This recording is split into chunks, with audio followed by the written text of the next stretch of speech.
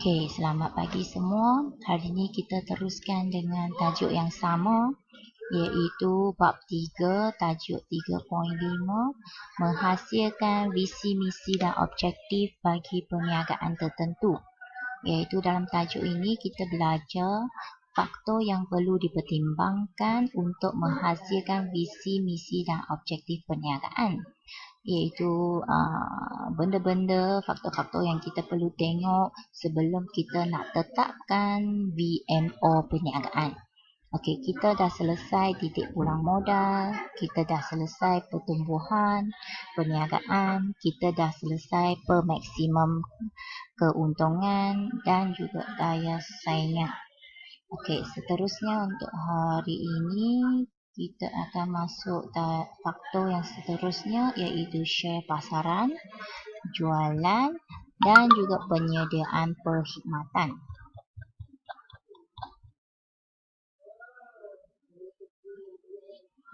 Okey, sekarang kita pergi ke faktor yang hari ini, iaitu share pasaran. Okey, apa maksud share pasaran?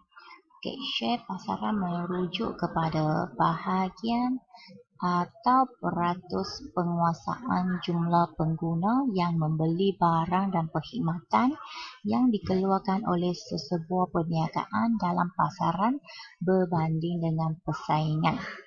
Okey, setiap organisasi perniagaan akan berusaha untuk meningkatkan share pasaran masing-masing dalam sesuatu pasaran.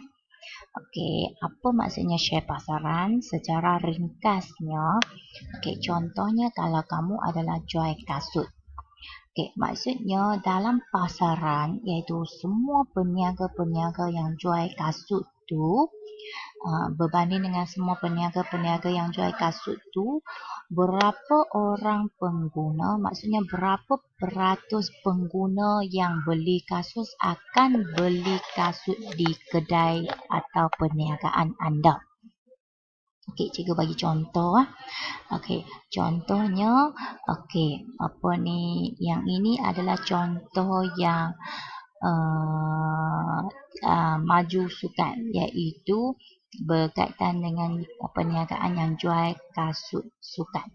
Okey, dalam pasaran ini hanya ada 3 peniaga yang jual kasut sukan saja, iaitu perniagaan maju sukan, perniagaan A dan perniagaan B. Okey, kalau anda adalah perniagaan maju sukan, nama kamu perniagaan maju sukan, maksudnya semua pengguna yang membeli kasut sukan ada 60% datang untuk beli dengan kedai anda.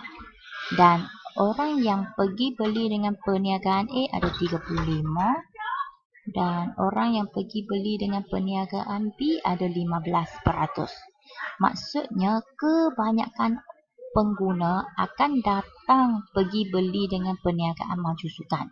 Maka bermaksud ia menguasai share pasaran yang terbesar, iaitu 60% dalam perniagaan kasut sukan. Manakala perniagaan A, dia menguasai 35% dalam perniagaan kasut sukan di pasaran.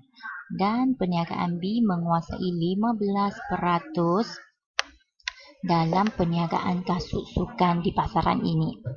Okey, maksudnya, okey, perniagaan yang berjaya menguasai share pasaran yang terbesar, ia akan memperoleh pendapatan yang paling tinggi lah berbanding dengan persaingan-persaingannya.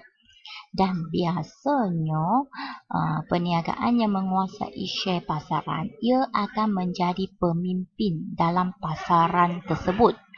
Maksudnya dia akan jadi ketua. Okey, ketua. Okey, biasanya tindakan apa yang keputusan yang dia buat akan diikuti oleh persaingan yang lain. Okey, dan perniagaan tersebut juga boleh mempengaruhi tindakan persaingan yang lain. Maka keadaan ini membolehkan perniagaan tersebut terus kekal dan mendapati margin keuntungan yang terbesar lah. Jadi kalau boleh semua perniagaan nak menguasai share pasaran yang tertinggi. Maksudnya kalau boleh semua perniagaan nak paling ramai pengguna yang membeli barang tersebut datang membeli dengan dia. Jadi apabila kita tentukan VMO, visi misi objektif, kita kena tengok kita menguasai berapa share pasaran dekat perniagaan kita. Seterusnya, faktor yang seterusnya adalah jualan. Kita kena tengok jualan kita. Apa maksud jualan? Jualan adalah satu transaksi jual beli yang berlaku antara penjual dengan pembeli dalam memenuhi keperluan dan kehendak yang boleh memberi faedah kepada dua-dua pihak, iaitu penjual dan pembeli. Apabila kita tentukan visi misi objektif, kita kena tahu jualan kita. Kita menggunakan strategi promosi jualan macam mana. Inilah faktor yang seterusnya. Faktor yang terakhir, kita kena tengok apa penyediaan perkhidmatan kita. Kita sediakan perkhidmatan apa, iaitu aktiviti yang ditawarkan oleh perniagaan kepada pelanggan yang bertujuan untuk menarik minat pengguna agar membeli barang dan perkhidmatan yang ditawarkan.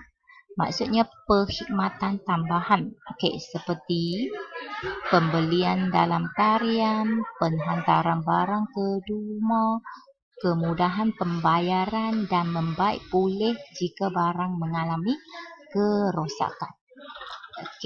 Itu sahaja untuk hari ini dan kita dah habis tajuk 3.5 dan akan masuk tajuk yang seterusnya.